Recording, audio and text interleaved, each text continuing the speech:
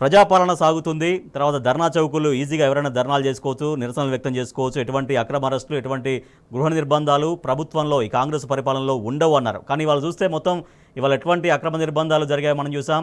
నిన్న ఎంత అరెస్ట్ చేసి ఎక్కడికెక్కడో తిప్పినటువంటి సందర్భాలు మనం చూసాం. ఇవాళ ఇటువంటి అన్నీ కూడా పరిపాలన పైన ఎంతగా ఎఫెక్ట్ చూపిస్తుంటాయి. రాజేష్, ఇక్కడ మనం ఒకటే గుర్తుపెట్టుకోవాలి, యదా రాజా తదా పోలీస్ అన్న చందంగా ఉంది. గతంలో ఫ్రెండ్లీ పోలీసింగ్ ఉండేది. హైదరాబాద్ రాజధాని విశ్వనగరంగా ప్రసిద్ధి చెందడానికి, ఇక్కడ పెట్టుబడులు రావడానికి కూడా పోలీసింగ్ ఒక ప్రత్యేక ఆకర్షణ అని చెప్పాల్సి ఉంటుంది. ఇక్కడ అనేకమైన సున్నిత ప్రాంతాలు ఉన్నాయి. కానీ ఏనాడు కూడా ఒక చిన్న గందరగోళం కానీ గలాట కానీ జరగలేదు.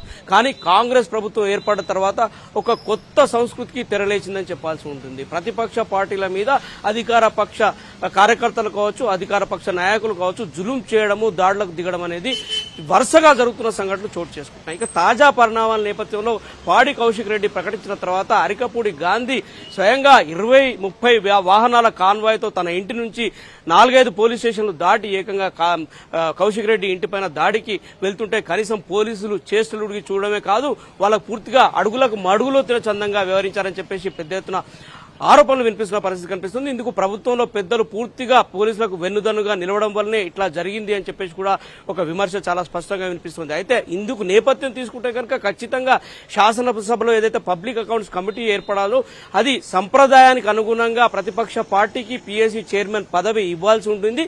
అక్కడనే ముందుగా కాంగ్రెస్ పెద్ద ఎత్తున ఒక అటెన్షన్ డైవర్షన్ కు దారితీసిందని చెప్పాల్సి ఉంటుంది. రాజ్యాంగ విరుద్ధంగా కాంగ్రెస్ ప్రభుత్వం వ్యవహరించిందని చెప్పాల్సి ఉంటుంది. అటు కేంద్రంలో కావచ్చు, ఇటు పక్క కర్ణాటక రాష్ట్రంలో కావచ్చు, ప్రతిపక్ష పార్టీలకే పబ్లిక్ అకౌంట్స్ కమిటీ చైర్మన్లు ఇచ్చిన దాఖలాలు పార్లమెంట్లో చూసుకుంటే కనుక కాంగ్రెస్ ఏఐసిసి ప్రధాన కార్యదర్శి కేసీ వేణుగోపాల్ అక్కడ ఈ పబ్లిక్ అకౌంట్స్ కమిటీని తీసుకున్నారు. అలాగే కర్ణాటకలో బీజేపీ యువ నేతకు అక్కడ పబ్లిక్ అకౌంట్స్ కమిటీ ఇచ్చారు. కేవలం తెలంగాణలో మాత్రమే కావాలనే, అంటే ప్రతిపక్ష పార్టీలను రెచ్చగొట్టే విధంగా ముఖ్యమంత్రి రేవంత్ రెడ్డి ఈ చర్యకు దిగాడని చెప్పేసి కూడా రాజకీయ విశ్లేషకులు ఆరోపిస్తున్నారు. ఖచ్చితంగా రాజకీయంగా ఒక ఘర్షణాయుత వాతావరణం ఏర్పరిచే క్రమంలోనే ప్రభుత్వం ఈ నిర్ణయం చేసిందని చెప్పేసి కూడా పెద్ద ఎత్తున విమర్శ వినిపిస్తుంది. ఇందుకు అనుగుణంగా ప్రతిపక్ష పార్టీలు పెద్ద ఎత్తున నిరసన గళం వినిపించిన పరిస్థితులు కూడా మనం చూస్తూనే ఉన్నాం. ఈ నేపథ్యంలోనే ఘర్షణాయుత వాతావరణం నెలకొంది. హైదరాబాద్ అంతా కూడా రగడగా మారింది.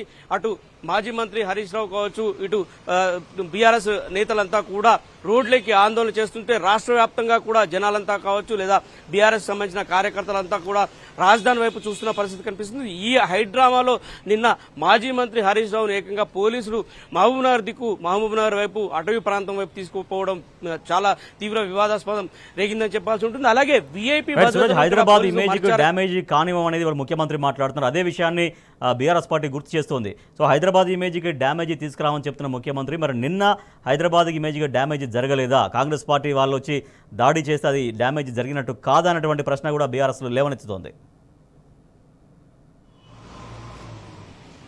ఖచ్చితంగా రాజేష్, ఎందుకంటే ప్రజాపాలన అన్నారు, ఇందిరమ్మ రాజ్యం అన్నారు, అటు 77 ఎమర్జెన్సీని తలపిస్తున్న క్రమంలో ఈ పరిణామాలన్నీ చోటు చేసుకుంటున్నాయి. హైదరాబాద్ విశ్వనగరంగా విఖ్యాతిగాంచింది. గత 10 ఏళ్లలో కూడా ఎలాంటి చిన్న ఘటన లేకుండా అనేక లక్షల కోట్ల రూపాయల పెట్టుబడులు హైదరాబాద్కు వచ్చాయి. ప్రపంచవ్యాప్తంగా బహుళజాతి సంస్థలన్నీ కూడా హైదరాబాద్కు పెట్టుబడులు తెచ్చాయి.